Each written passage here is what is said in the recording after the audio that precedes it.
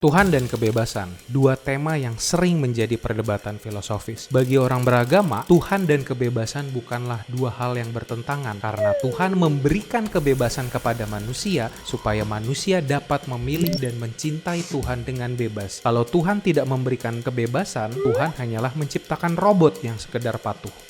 Tapi, apakah kebebasan semacam itu sungguh-sungguh bebas? Bukankah kebebasan seperti itu masih mengandaikan Tuhan sebagai pemberi kebebasan? Yang berarti kebebasan manusia masih bersifat eksternal. Ilustrasinya gini, ketika sedang jalan-jalan di mall, seorang bapak ngajak anaknya ke toko mainan. Lalu dia bilang, "Nak, kamu bebas pilih mainan, tetapi kamu cuma punya dua pilihan, yaitu Lego atau mobil remote." Pertanyaannya, di dalam kondisi seperti itu, apakah si anak sungguh-sungguh bebas? Disinilah kita bertemu dengan seorang filsuf yang memikirkan secara radikal kebebasan manusia. Ia senang berfilsafat di kafe, pejuang anti-kolonialisme, intelektual selebriti. Siapa lagi kalau bukan Jean-Paul Sartre. Bentar. Kayaknya bukan gitu deh ngucapinnya. Dia kan orang Prancis.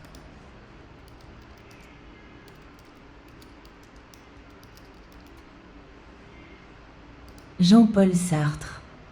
Jean-Paul Sartre. Jean-Paul Sartre. Ulang, intelektual selebriti, siapa lagi kalau bukan Jean-Paul Sartre. Je ne donnais pas une très grande réalité puisque c'était un monde dans lequel j'étais malheureux. Mais mon grand-père a se raillé. D'une façon d'ailleurs peu. Ayo, selamat datang di channel YouTube Gila Filsafat bersama saya Michael Guntur. Saya adalah orang yang suka baca buku filsafat, belajar filsafat secara akademis, dan di channel ini kita akan seru-seruan bersama para filsuf yang pemikirannya mendalam, kritis, dan provokatif. Jadi, apakah filsafat akan membuatmu gila?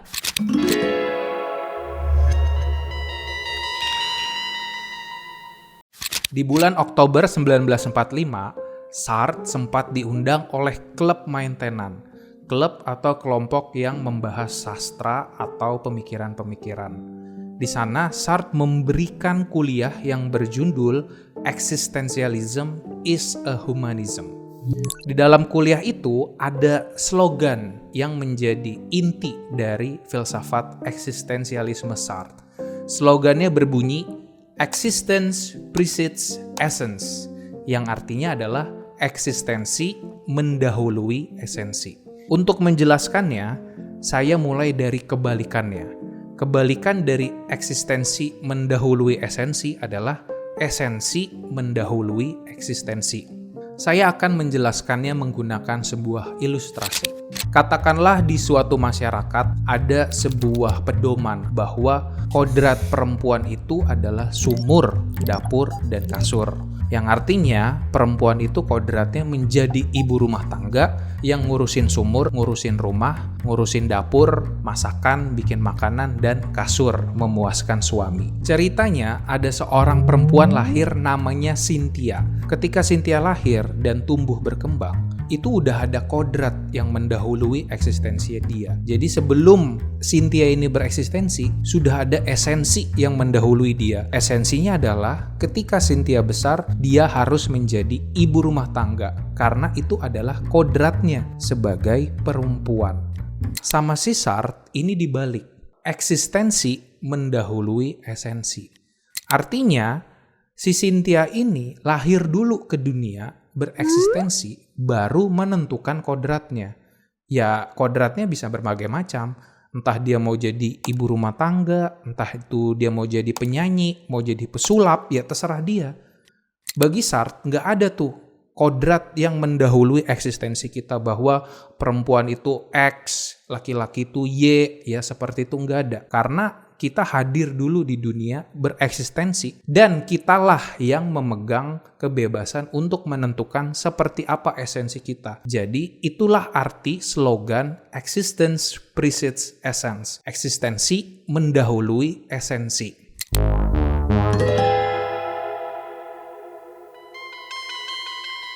Sartre juga menolak Tuhan sebagai pemberi kodrat. Gambaran umum orang beragama, Tuhan itu kan digambarkan sebagai pencipta dan manusia adalah ciptaan. Bagi Sartre, relasi antara pencipta dan ciptaan itu adalah relasi yang tidak bebas. Sartre memberikan ilustrasi di dalam Existentialism is a Humanism. Ilustrasinya saya modifikasi sedikit. Ceritanya ada tukang kayu. Tukang kayu ini mau membuat meja. Sebelum si tukang kayu ini membuat meja, si tukang kayu ini kan pasti mikirin dulu dong kodrat dari mejanya. Misalnya, apa sih tujuan mejanya? Apakah dia mau membuat meja belajar atau mau membuat meja makan? Katakanlah dia mau buat meja makan. Lalu dia desainlah gambarnya seperti apa meja makan. Setelah itu, baru dia menciptakan meja itu. Jadi, di dalam gambaran ini, sebelum meja itu bereksistensi, sudah ada kodrat yang mendahului eksistensinya. Kodratnya itu ada di dalam kepala si pencipta, si tukang kayu. Gambaran ini juga sama dengan Tuhan. Tuhan itu seperti tukang kayu yang maha agung, tukang kayu yang maha tinggi dalam menciptakan. Dan dia menciptakan manusia. Artinya, sebelum Tuhan itu menciptakan manusia, ia sudah memikirkan kodrat manusia itu apa. Sehingga di dalam gambaran Tuhan sebagai pencipta, itu sudah ada kodrat yang mendahului eksistensi manusia. Maka Sartre mau menolak itu. Sekali lagi karena kalau Tuhan itu pencipta, dia itu sudah memikirkan kodrat manusia. Dan kodrat manusia sudah ada sebelum eksistensi manusia. Dengan demikian, manusia itu tidak bebas. Dan Sartre mau menolak itu.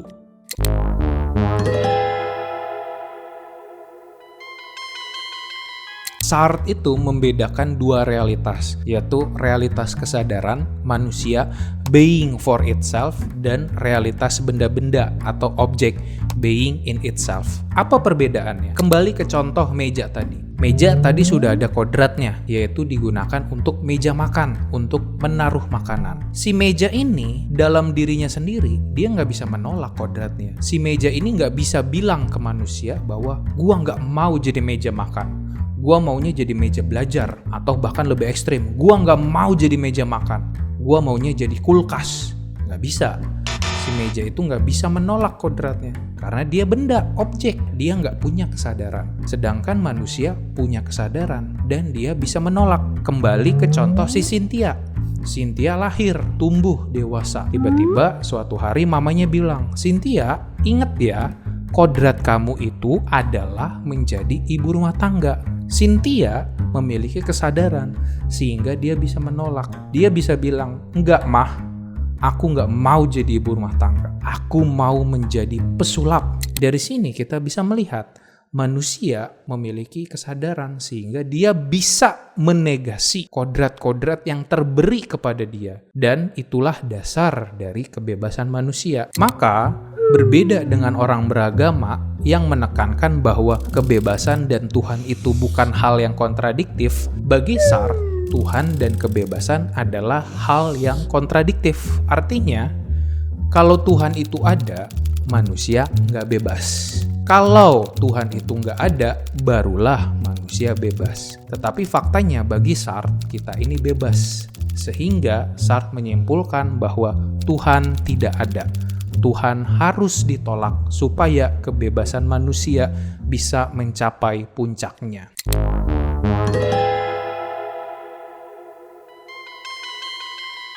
Pemikiran yang ditawarkan Sartre itu cukup menarik.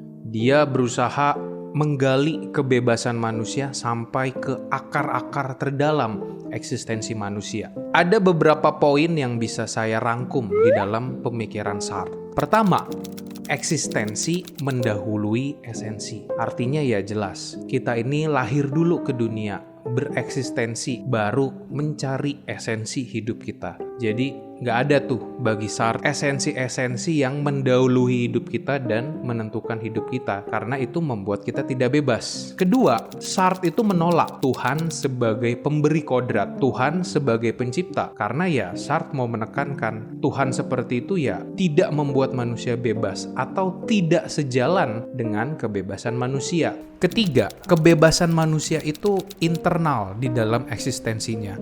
Karena manusia itu punya kesadaran, dan di dalam kesadaran itu manusia bisa menolak apa yang terberi kepada dia. Di video kali ini, saya juga mau memberikan kritik terhadap pemikiran Sartre. Ada 2 kritik yang ingin saya sampaikan. Pertama, pemikiran Sartre itu seolah-olah melupakan bahwa eksistensi kita tidak bisa lepas dari struktur-struktur sosial. Yang paling jelas ya adalah keluarga. Struktur sosial ini bukan sekedar membatasi kebebasan manusia, tetapi juga mengarahkan kebebasan manusia. Karena kalau manusia diberikan kebebasan sebebas-bebasnya, ia akan bingung, ia akan cemas, dan biasanya akan memilih pilihan-pilihan yang destruktif, yang merusak dirinya sendiri.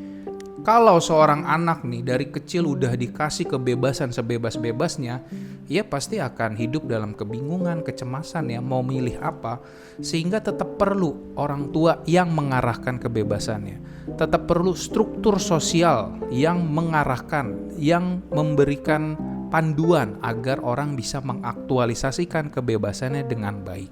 Kedua, pandangan Sartre atau gambaran Sartre soal Tuhan sebagai pemberi kodrat dan sebagai pencipta itu masih terlalu sempit.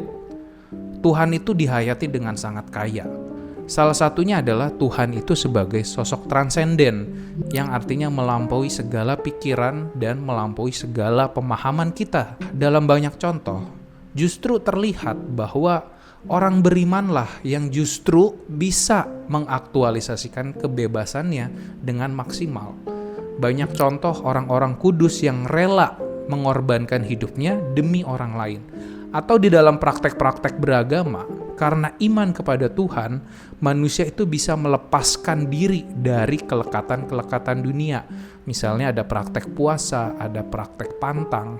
Ini adalah bentuk-bentuk kebebasan juga. Jadi, Tuhan itu bukan sekedar prakondisi kebebasan manusia, tetapi juga horizon terjauh dari kebebasan manusia.